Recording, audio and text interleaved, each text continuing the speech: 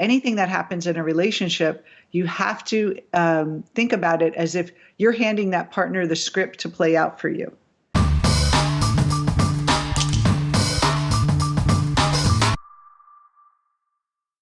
Hi, I'm Peter Kowalke, and today we're talking with Debi Maldonado. Projection of fears is a particular area of importance as I understand it. Can you talk a little bit more about that? Well, fear shows up in different ways with relationships. I mean, some people are fearful that the partner is going to leave all the time because of past conditioning, that there's a fear that, mom and dad got divorced or dad cheated on mom. And so I have to be careful of that fear. And so what we'll tend to do is we only can see the partner through that experience. And so every little thing the mind will make up. It's like, if you think about the mind, it's kind of fluid and it's moving. And the conditioning that we have is like a glass and a framework that the mind gets poured into and creates the reality that we expect to see. And so it kind of creates this feeling of they're leaving or they didn't come home. They came home from work late. There must be something going on, and they'll start actually creating that distrust, which pushes the other partner away, and then they're feeding. And of course, had their own bubble that they're dealing with. Of you'll find that couples will fit together and bounce off each other in complementary and sometimes not beneficial, but complementary ways where the other person plays the other role. And one thing I want to say is that anything that happens in a relationship, you have to think about it as if you're handing that partner the script to play out for you. You're unconsciously handing them the script and they're playing a role that your mind is actually projecting out onto them. And that's I think the hardest part, because we all want to blame our partner and I'm the good one and I'm doing all the work. And the partner's like, no, no, no.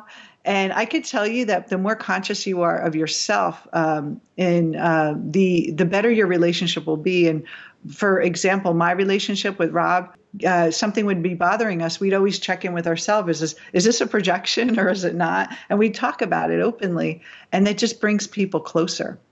So I think it's definitely possible, and any relationship has the potential to have that kind of conflict-free, harmonious love that lasts forever. Mm-hmm. Do you have any other tips or recommendations on how to create that passion then in relationship? Looking at what's great about your partner instead of what's wrong all the time. You get what you focus on. So see them as all becoming the loving, adoring person that they were when they first were together, and start to kind of shift your perception of them on the conscious level. But also you have to be aware of what's unconscious, because that's what's really driving all the behaviors and all the triggered reactions that are happening in your marriage. Mm-hmm. So you hand them the script of them being awesome, basically, and they become more awesome, so to speak. Yeah, well, it's always an opportunity. Anytime there's a conflict in a marriage, it's an opportunity for you to both know who you are. It's a way to grow. And if you stop thinking of it as a problem and you have to get rid of it or sweep it under the rug and let's just pretend the fight never happened, it's like, how can we take this conflict and grow and become more of who we're meant to be? And it really does affect the children. If you have children, they know unconsciously that they can pick up their struggle and problems in the relationship, even if you don't show it. So it's the best thing you can do for yourself and for the children is to know who you are. Yeah. Well, just in hearing you talk, Debi, I think a lot of people probably can relate to you were really getting right at the core of a lot of people's issues there. It showed that you know what you're doing.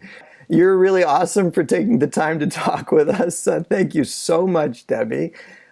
For people who are interested in knowing more about Debi's work, you can actually get a free class that Debi offers online with her husband.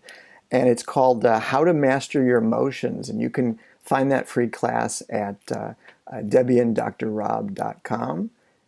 So definitely everyone should check that out, because you've definitely got a lot of good stuff going there. So thank you again for taking the time to talk with me, Debi.